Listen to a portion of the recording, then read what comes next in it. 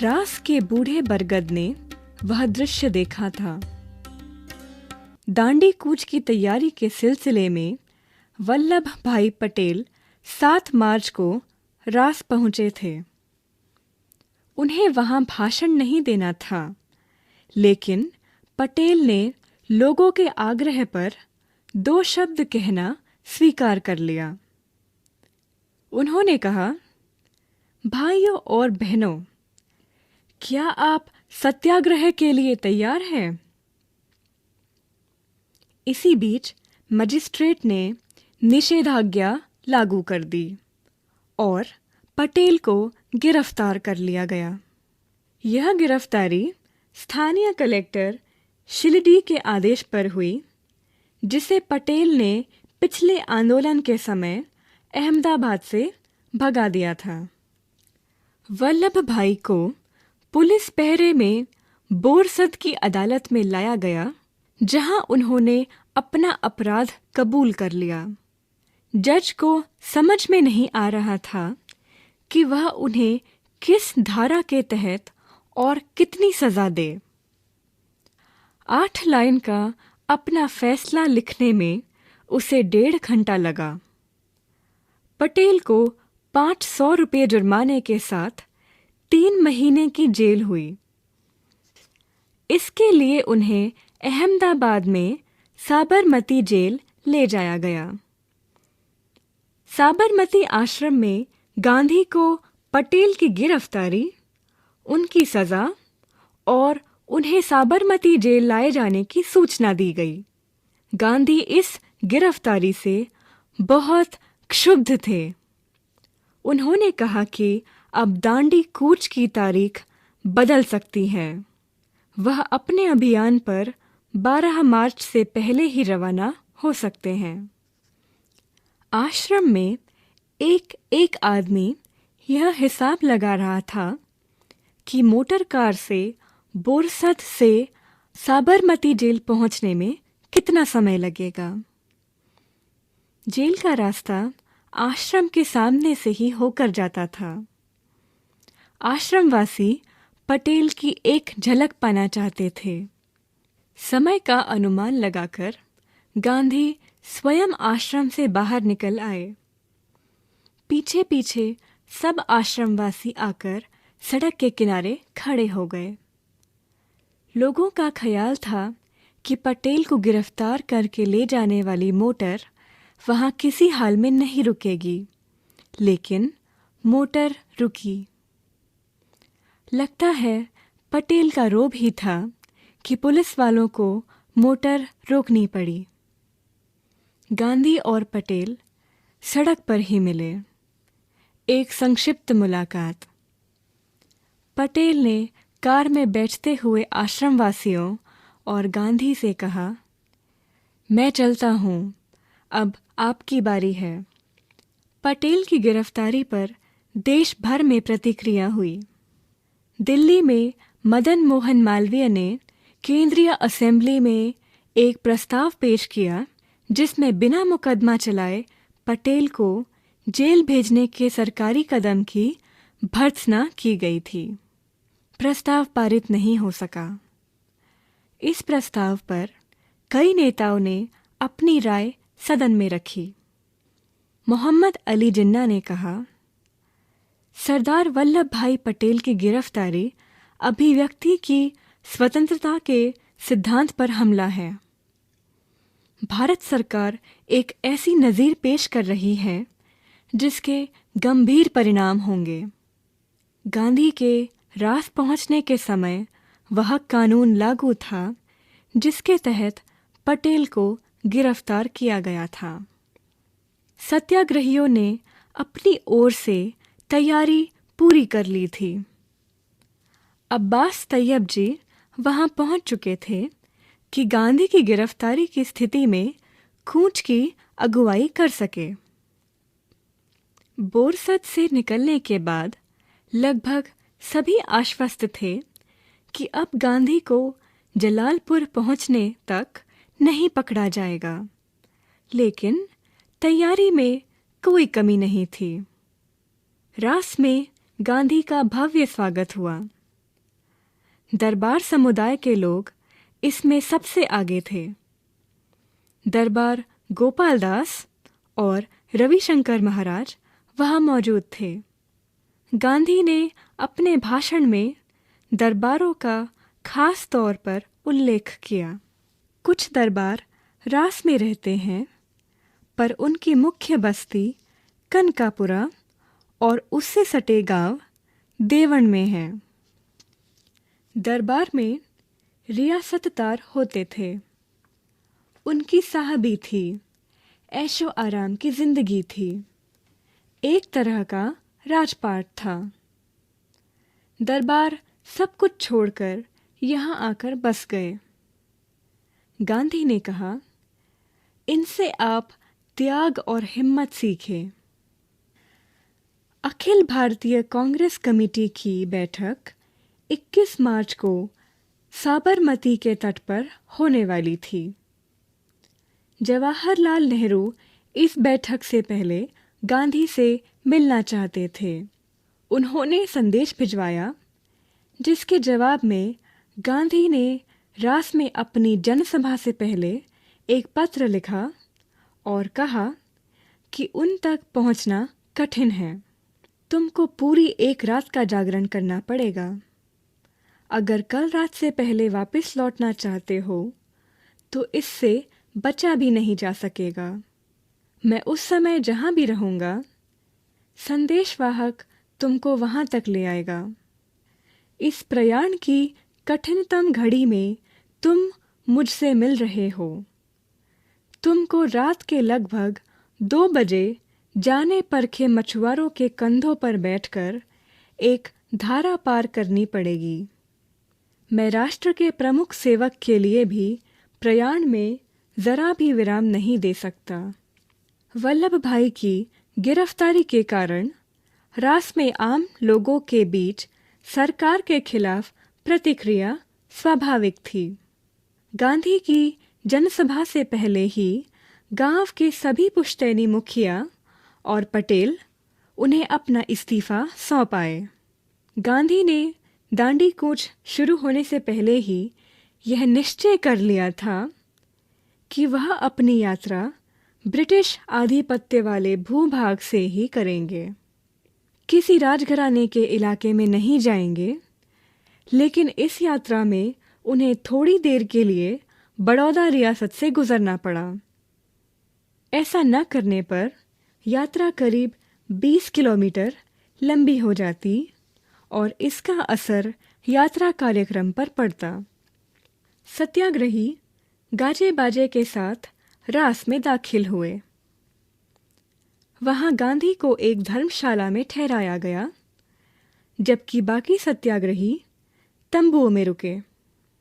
रास की आबादी करीब 3000 थी, लेकिन उनकी जनसभा में 20,000 से ज़्यादा लोग थे। अपने भाषण में गांधी ने पटेल की गिरफ्तारी का जिक्र करते हुए कहा, सरदार को यह सज़ा आपकी सेवा के पुरस्कार के रूप में मिली है। उन्होंने सरकारी नौकरियों से इस्तीफे का उल्लेख किया और कहा कि कुछ मुखी और तलाटी गंदगी पर मक्खी की तरह चिपके हुए हैं। उन्हें भी अपनी निजी तुच्छ स्वार्थ भूलकर इस्तीफा दे देना चाहिए। उन्होंने कहा, आप लोग कब तक गांवों को चूसने में अपना योगदान देते रहेंगे? सरकार ने जो लूट मचा रखी है, उसकी ओर से क्या अभी तक आपकी आंखें खुली नहीं हैं? गांधी ने रास में भी राजद्रोह की बात पर जोर दिया और कहा कि उनकी गिरफ्तारी अच्छी बात होगी। सरकार को खुली चुनौती देते हुए उन्होंने कहा, अब फिर बादल घिर आए हैं, या यूं कहें सही मौका सामने है। अगर सरकार मुझे गिरफ्तार करती है तो यह एक अच्छी बात है। मुझे 3 माह की सज़ा होगी तो सरकार को लज्जा आएगी। राजद्रोही को तो काला पानी, देश निकाला या फांसी की सज़ा हो सकती है। मुझ जैसे लोग अगर राजद्रोही होना अपना धर्म माने तो उन्हें क्या सज़ा मिलनी चाहिए। सत्याग्रही शाम 6 बजे रात से चले और 8 बजे कनकापुरा पहुँचे। उस समय लोग यात्रा से कुछ थके हुए थे और कुछ थकान इस आशंका से थी कि मही नदी कब और कैसे पार करेंगे। नदी के किनारे पहुंचते ही समुद्र की ओर से आने वाली ठंडी बयार ने सत्याग्रहियों का स्वागत किया। कनकापुरा में 105 साल की एक बूढ़ी महिला ने गांधी के माथे पर तिलक लगाया और कहा, महात्मा जी, स्वराज लेकर जल्दी वापस आना। गांधी ने कहा, मैं स्वराज लिए बिना नहीं लौटूंगा। गांधी की जनसभा का निर्धारित समय 8 बजे था, लेकिन कनकापुरा पहुंचने में हुई देरी के कारण उसे 1 घंटे के लिए स्थगित कर दिया गया। जनसभा में गांधी ने ब्रितानी कुशासन का जिक्र किया। उन्होंने कहा, इस राज्य में रंक से राजा तक सब दुखी हैं। राजे महाराजे जैसे सरकार नचाती है, नाचने को तैयार है। यह राक्षसी राज है, इसका संहार करना चाहिए। रास्ते में रेतीली सड़कों के कारण यह प्रस्ताव किया गया कि गांधी थोड़ी यात्रा कार से कर लें। गांधी ने इससे साफ इनकार कर दिया। उनका कहना था कि यह उनके जीवन की आखिरी यात्रा है और ऐसी यात्रा में निकलने वाला वाहन का प्रयोग नहीं करता। यह पुरानी रीति है। धर्म यात्रा में हवाई जहाज, मोटर या बैलगाड़ी में बैठकर जाने वाले को लाभ नहीं मिलता। यात्रा में कष्ट सहे, लोगों का सुख दुख समझे, तभी सच्ची यात्रा होती है। ब्रिटिश हुक्मरानों में से एक वर्ग ऐसा भी था जिसे लग रहा था कि गांधी और उनके सत्याग्रही मही नदी के किनारे अचानक नमक बनाकर कानून तोड़ देंगे। समुद्री पानी नदी के तट पर काफ़ी नमक छोड़ जाता है, जिसकी रखवाली के लिए सरकारी नमक चौकीदार रखे जाते हैं। गांधी ने भी कहा कि यहाँ नमक बनाया जा सकता है। गांधी को समझने वाले वरिष्ठ अधिकारी इस बात से सहमत नहीं थे कि गांधी कोई काम अचानक और चुपके से करेंगे। इसके बावजूद उन्होंने नदी के तट से सारे नमक भंडार हटा दिए और उन्हें नष्ट करा दिया ताकि इसका खतरा ही न रहे।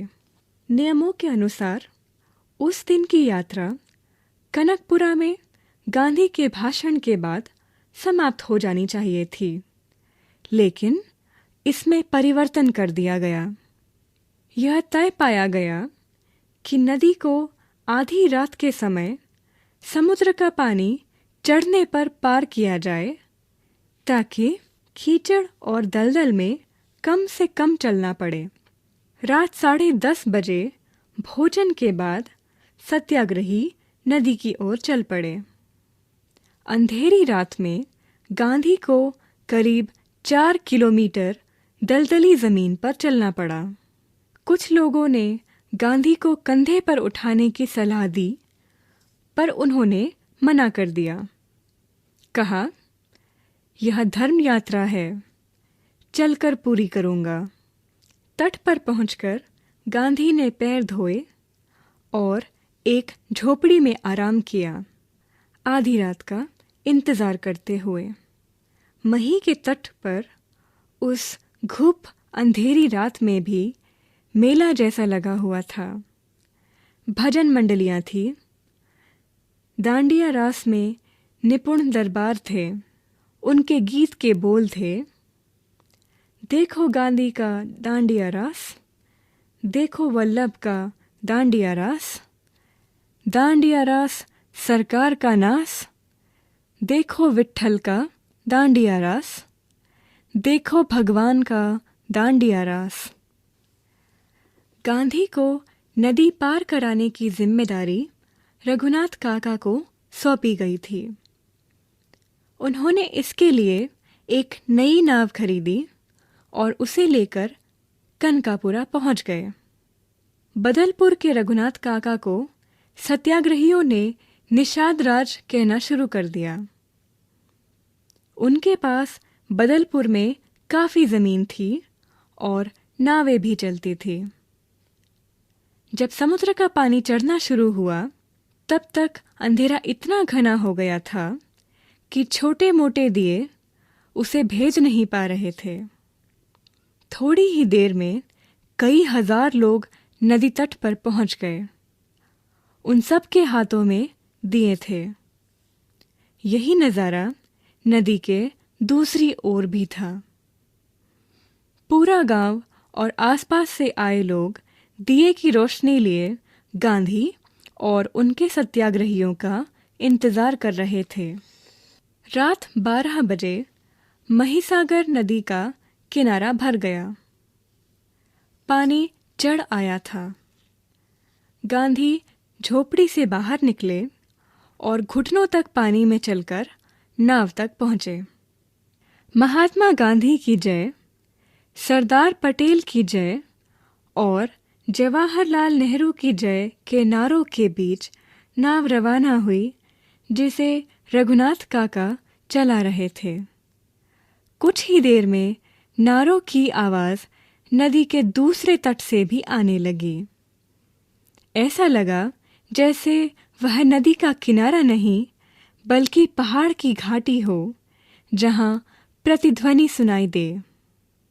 महिसागर के दूसरे तट पर भी स्थिति कोई भिन्न नहीं थी। उसी तरह का कीचड़ और दलदली जमीन। यह पूरी यात्रा का संभवतः सबसे कठिन हिस्सा था। 1.5 किलोमीटर तक पानी और कीचड़ में चलकर गांधी रात 1 बजे उस पार पहुंचे और सीधे विश्राम करने चले गए। गांव के बाहर नदी के तट पर ही उनके लिए झोपड़ी पहले ही तैयार कर दी गई थी। गांधी के पार उतरने के बाद भी तट पर दिए लेकर लोग खड़े रहे। अभी सत्याग्रहियों को भी उस पार जाना था। शायद उन्हें पता था कि रात में कुछ और लोग आएंगे जिन्हें नदी पार करानी होगी।